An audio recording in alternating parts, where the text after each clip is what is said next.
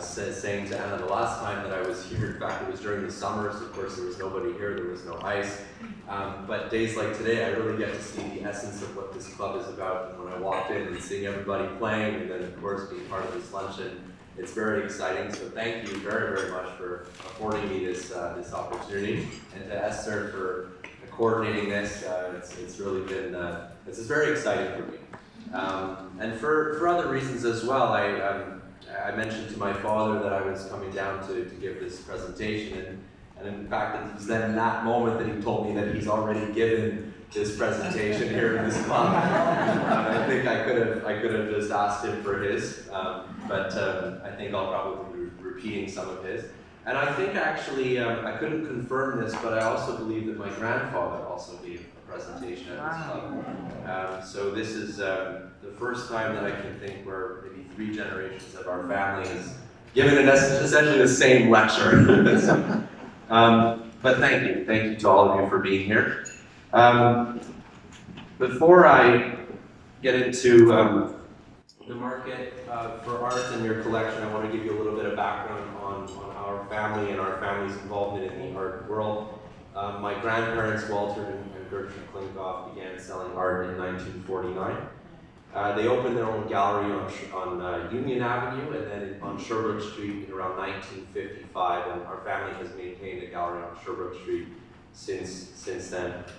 My father Alan, who many of you know, joined in about 1975, and with his parents they formed relationships with dealers, collectors all over North America and in Western Europe.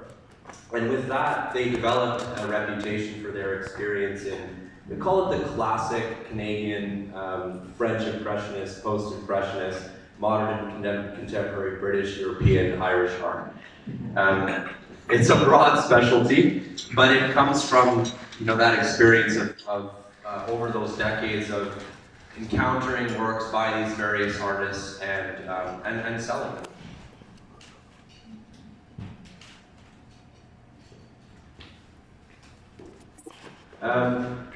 Today, my grandfather's original gallery no longer exists. It has evolved into, Gallery Alan Klinkhoff, gallery with my father's name. It's essentially the same specialty as what we offered previously. However, over the years, the way that we operate has changed completely. Of course, the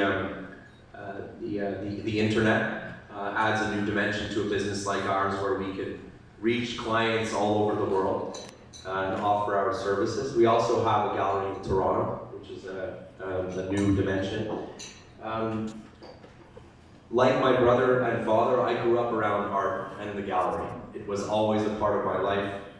It was where I went to see my grandparents, to see my parents, and our business is an apprenticeship. And so spending time with them and around the gallery is critical to being able to offer a certain amount of the expertise that we do.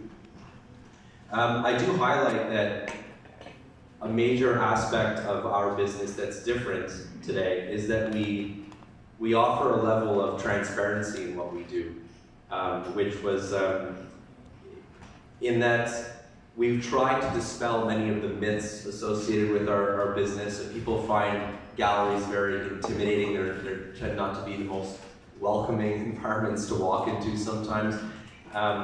But as an example of that, we're the only gallery in Canada that sells classic Canadian paintings, that displays the prices of the works on the wall without you needing to ask, which is meant to really just be part of easing the process of selling or buying or frankly just entering a gallery at all.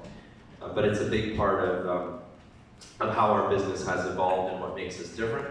And that, since 2014, those components that I mentioned led to what was the highest value consignment in Canadian art history. We sold the collection of Mitzi and Mel Dahlgren, which you may know the name. Their collection contained about 100 paintings, and 14 of which were by the artist Lauren Harris, who's a leading member of the Group of Seven.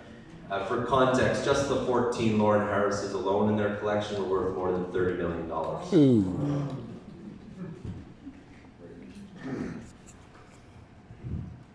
And so now, I won't bore bore you too much on the history of enjoying and appreciating and collecting art, but for tens of thousands of years, people have enjoyed art. And we find that our ancestors drew art on the walls of caves, and as people eventually moved into grander homes, and they continued to cover their walls. So centuries have passed with images that were being made in a transportable format that people just enjoyed being around. It's estimated that there are about 6 billion wall hangings of various types on homes in the United States.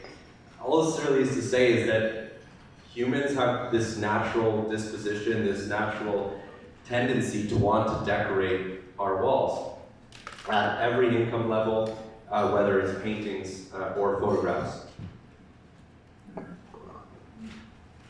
It begs the question, why do people collect art? There's the aesthetic appreciation, the beauty of the work. People are driven by that appreciation for the qualities of the art. They seek to, I believe, surround themselves with that. They just enjoy it. There's also a personal connection that art evokes. There's certain emotions that different individuals will feel when they interact or stand in front of a work of art.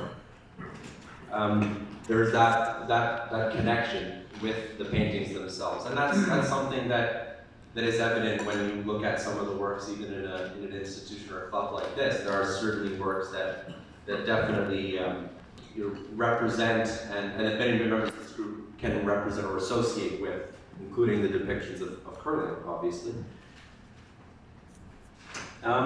There's also